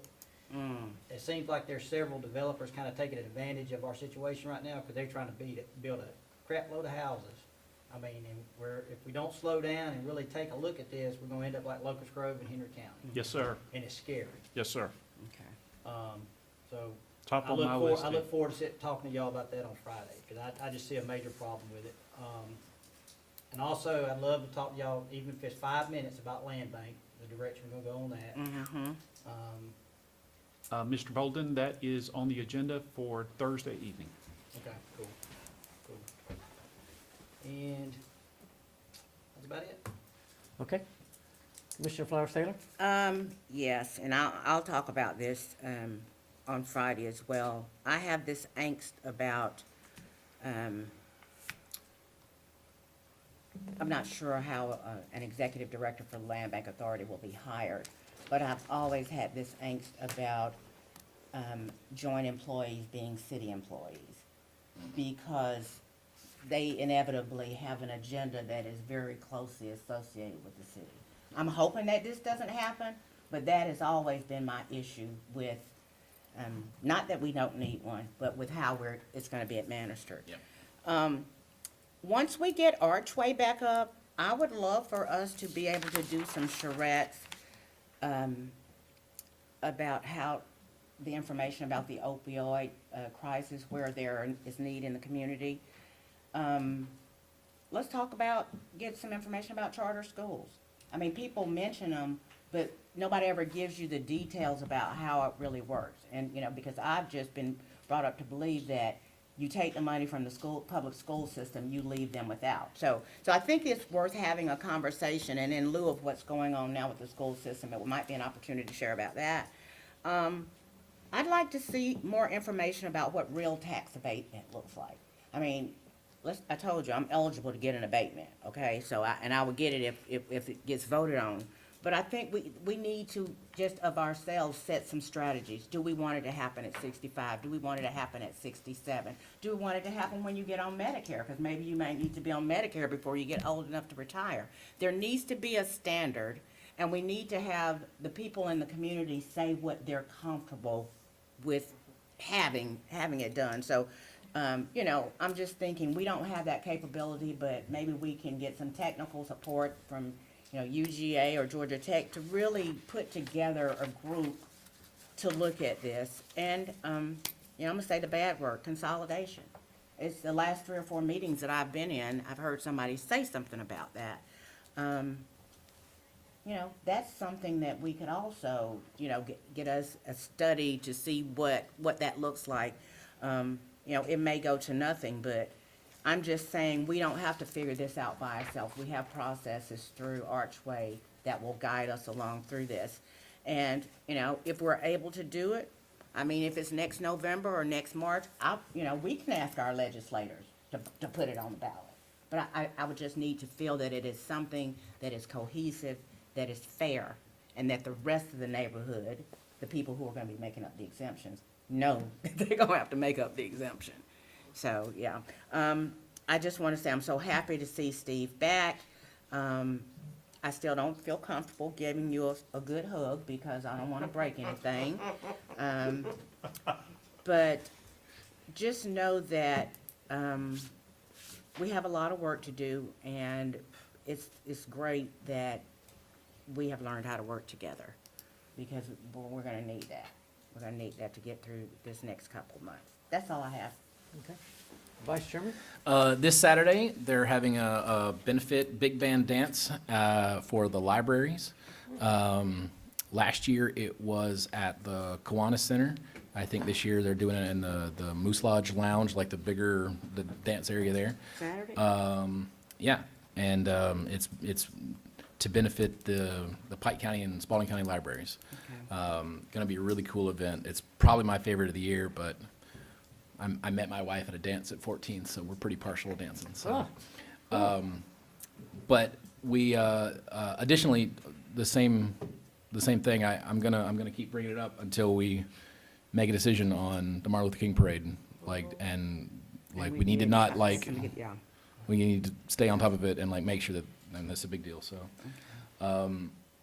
I love it when employees step up and really show out in a positive way. We've seen some of our employees do the opposite, and we've had some troubles over the last little bit of time here. But it's awesome to see folks like Mr. King and Mr. White step up and really just knock it out of the park. Tyler out of the animal control is just crushing it. I mean, we were holy moly at the situation they had out there because of the tornadoes and all these court cases at the same time, and now to be, you know, barely over half capacity, that's such a grand slam. He's really, really doing a great job out there. But there's still more that we can do. Obviously, we're working towards it. But there's also a lot of positions that are unfilled. We still need a lot of folks to come in and help. So it's a great place to work. You've got a great boss, and we're not so bad to take direction from either. But yeah, I really think the county is in a great position here, and we've come so far from this tornado. I know that there was so much damage dealt. What Steve said at the Kiwanis the other day, you got to have $18.3 million in damage in total over the entire area to get declared a disaster area, and Spalding County had 25.5 million. just us. And so our damage alone was enough to declare 7 counties disaster areas. Wow. And I just and yet I still drive around and go, man, I see a lot more daylight here. There's a lot more, where'd all the trees go? There's houses back there. Look at those houses back there. But the fact that no one lost their life. Yes. The fact that, hey, there's property damage, and I mean, my mom's house still looks like a train hit it. Yeah, like 5 tornadoes hit it. But hey, we'll get over it, and this has really caused us to come together as a community. And I really think, what does it say in the Bible? Humble yourselves or I will humble you. And that was exactly what, we're at odds and I don't like it. And all of a sudden, God's like, okay, well, you're going to get together now. So, anyway, next time, maybe we just humble ourselves and don't need to prod. What do you think? Thanks, Mr. Chairman. Okay. Couple of things. First, continued prayers for Stephanie and her family and all that goes on with that. That is heartbreaking. Those of us that have been through that understand. Couple of more things from the General Assembly. I'm pretty sure that the truck weight will be approved, increased. 1, 2, the Senate resolution for Lost to study it further on how to do it has been deleted. They're not going to do that. They will do it for SDS, but not for Lost. So that is another one of the things that, if you remember, we sent up and asked them specifically to try to do, and they just deleted it. It really is a 2-year study issue. So everybody understands the Senate's got a resolution 214 that started off with Lost and SDS, and they have since eliminated Lost. And now the trucks are also going to be, I think, going forward. We've got next month, in April, we've got ACCG coming up, if I remember right. So that's a big issue for us to have an opportunity to come together and do stuff, get educated and everything else. Thanks for the issue here. We've got a annual, is it out, publicized? Where are we with it? So the annual report will be out before Friday this week. So we should have all of ours ready for review Friday at the retreat. So DeAndre's done a great job. Amy's done a great job on that annual report. DeAndre's been out over the last couple of days putting up the window screens so that people can just go up to the window and QR code it, and it'll take them straight to our annual report. So kudos to the great job that the team has done. And kudos to all of our staff, because they have really worked hard to make sure that we had a solid product this year. We have T-Splosh bids this week. Is it this week? We actually had the pre-bid meeting earlier this month, and the T-Splosh bid openings will be not this week, but the following week, the 28th of March. So if you're interested in hearing the bids that come in, we'll be more than happy to save you a seat. Okay. All right, that's all I've got. Anything, last minute? I do have a question. Where are we with that road? Is it road patching? You know, we had the 2 roads that were dirt roads, and we were gonna. And we sprayed that stuff on it. Where are we with that? So the chip and seal. Yeah. The Amelia Road, great job. They did just absolutely wonderful on the Amelia side. Yarborough has 2 spots on it that are still causing us angst. The flip side of that is we have not paid for the Yarborough Mill until it gets completed. So whatever is there is there. The contractor knows that it's an issue, and the contractor knows that we're not going to pay until we're satisfied with the roads. The flip side of that is he's having a struggle to get the subcontractor back here to finish it. TJ has worked very, very hard, and the last email that I saw, which was last week on this subject, the prime contractor has the sub agreeing to be back the first week of April, I believe that's when it is, to do the repairs on that road. They're gonna lay another full emulsion and another row of rock on Yarborough Mill to bring that up to a full depth that we did on Amelia. We did 4 emulsions and 4 rocks on Amelia. We did 3 on Yarborough Mill. We realized that 3 was not the right number, that 4 was actually the right number. So they're gonna complete that project here in short order. Well, I'm just gonna jump in there. Will they have to take that piece out? You know, it's a couple of places that looks like it's a wave. Will they have to take that out to fix it, or are they gonna? Yeah, the washboarding is an interesting dynamic for dirt roads. When you accelerate or when you decelerate, the tires bounce on the road. It doesn't feel like it when you're in the vehicle, but it actually bounces. And that washboarding actually goes deeper than 12 inches. So one of the things that we learned, the subcontractor learned, is that for our roads that have been dirt roads for a very long time, they're gonna have to go deeper than 12 inches, taking that out or mulching that area up to level it out before they put the emulsion, the chip and seal back on, so that they can take the washboarding out. We had the same challenge on Amelia. They didn't have to take it completely out. They took a very small portion of it out and redid that portion. But it was a learning experience, and that's why we did those 2 roads. We did one with 4 passes, one with 3 passes. We learned what we needed to do as a county in order to make the road work quite well. TJ and his team have just done a fabulous job at working with the contractors, telling them what they needed to do, and working through the areas that we're washboarding. So we know now better how to take care of our dirt roads in the future.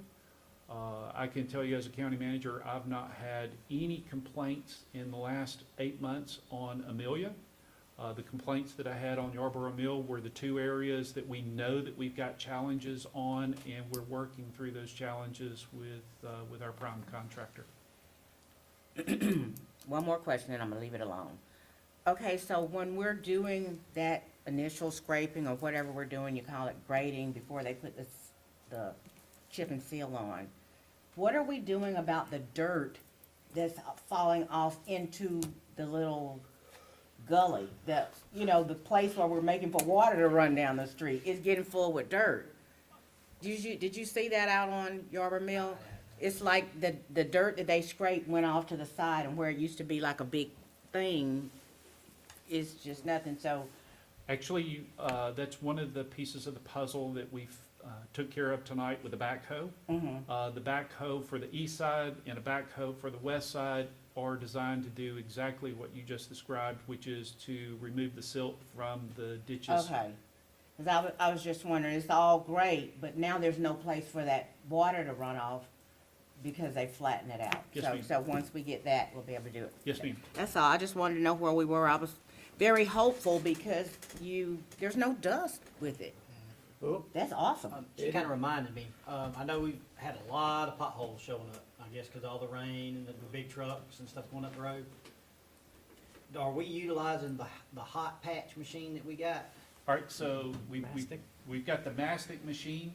I love y'all's questions tonight, and please, thank you for bringing that up. TJ and Kevin King and the crews that are running the mastic machine were videotaped this past week by the company that manufactures the mastic machine because of the great job that our team has been doing. They've actually changed the way that they are setting the machine into play.